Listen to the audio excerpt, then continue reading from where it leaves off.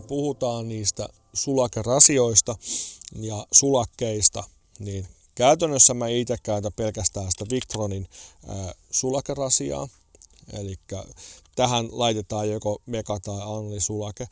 Mutta tämä itsessään sulakerasia niin on yksinkertainen, tässä ei ole mitään sen ihmeellisempää, mutta tämä on tarpeeksi kookas ja tämä on tarpeeksi laadukas.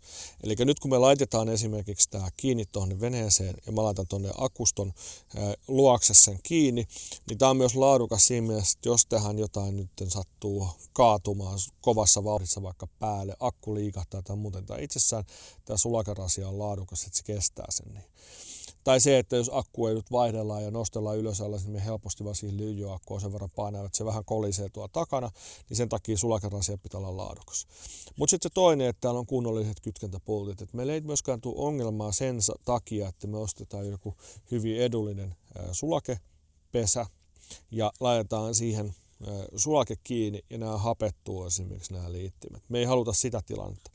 Ne pitää saada kytkettyä kunnolla kiinni ja niitä pitää kestää. Et muutaman kympin panostus siihen versus, että me laitetaan kympin sulakerasia, niin ei ole sen mukana. Ja ihan yksinkertainen vinkki on se, että nyt kun täällä on näitä prikkoja, niin älkää heittäkö niitä prikkoja pois, vaan käytetään niitä prikkoja. Silloin me saadaan tämä tukevasti tämä sulake laitettua sinne, mutta toinen asia on se, että hyvän sulakerasian ominaisuus on se, että me käytännössä saadaan tämä laitettua ilman avainta kiinni.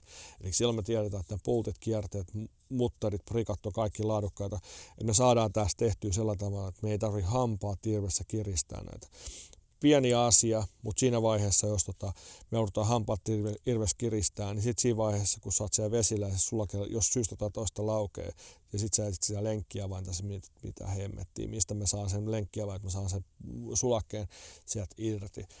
Niin sulake on rasian aina laadukas sillä tavalla, kun sä saat kiristettyä ne, kirrattua ne käsin kunnolla kiinni.